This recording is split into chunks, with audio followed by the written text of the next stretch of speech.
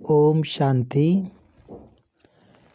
आज हम 1 फरवरी 2024 बाबा की मुरली से वरदान देखेंगे। वरदान है, हिम्मत और उमंग उत्साह के पंखों से उड़ती कला में उड़ने वाले तीव्र पुरुषार्थी भव। हिम्मत और उमंग उत्साह के पंखों से उड़ती कला में उड़ने वाले तीव्र पुरुषार्थी भव। बाबा कहते, उड़ती कला के 2 पंख हैं, हिम्मत और उमंग उत्साह। किसी भी कार्य में सफलता प्राप्त करने के लिए हिम्मत और उमंग उत्साह बहुत ज़रूरी है। बाबा बता रहे हैं कि उड़ती कला में जाने के 2 पंख हैं, एक तो हिम्मत चाहिए, एक उमंग उत्साह। अगर आत्मा के अंदर हिम्मत है और उमंग उत्साह है तो वो आत्मा उड़ती कला में जाएगी। और बाबा कहते कि सफलता प्राप्त करने के लिए भी ये दोनों चीज़ ज़रूरी हैं, हिम्मत भी चाहिए, उमंग उत्साह भी चाहिए। जहाँ उमंग उत्साह नहीं होता वहाँ थकावट होती है और थका हुआ कभी सफल नहीं होता। अगर आत्मा के अंदर उमंग उत्साह नहीं है तो थकावट महसूस होगी आत्मा को, और थकी हुई आत्मा कभी सफल नहीं हो सकती। माना सफलता प्राप्त करने के लिए उमंग उत्साह आवश्यक है। वर्तमान समय के अनुसार उड़ती कला के सिवाय मंजिल पर पहुंच नहीं सकते। अब हमारी मंजिल बहुत ऊंची है, जैसा कि बाबा ने कई बार बताया है कि उस ऊंची मंजिल पर पहुंचने के लिए तुम सिर्फ पैदल नहीं चल सकते, दौड़कर भी नहीं पहुंच सकते। उड़ती कला से उस मंजिल पर पहुंच सकते हैं। क्योंकि समय कम है तो हमें उड़ती कला से वहां जाना होगा, तब हम अपनी मंजिल पर पहुंच पाएंगे। जो हमारी मंजिल है कर्मातीत अवस्था पाने की, तब हम उस पर पहुंच पाएंगे।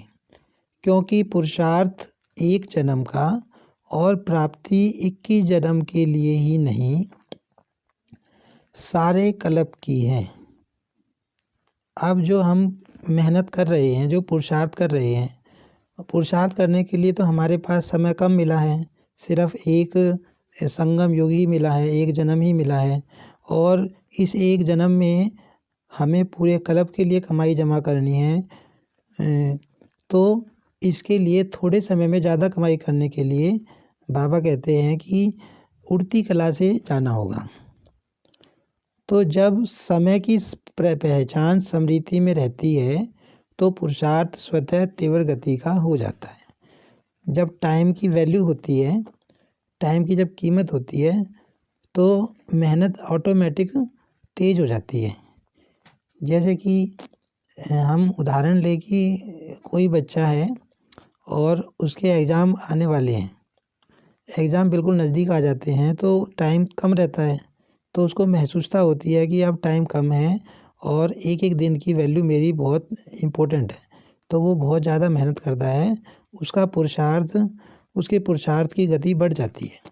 तो यही बाबा ने बताया कि तुम्हें थोड़े समय में ज़्यादा प्राप्ति करनी है तो उसके लिए तुम्हें उड़ती कला से जाना है।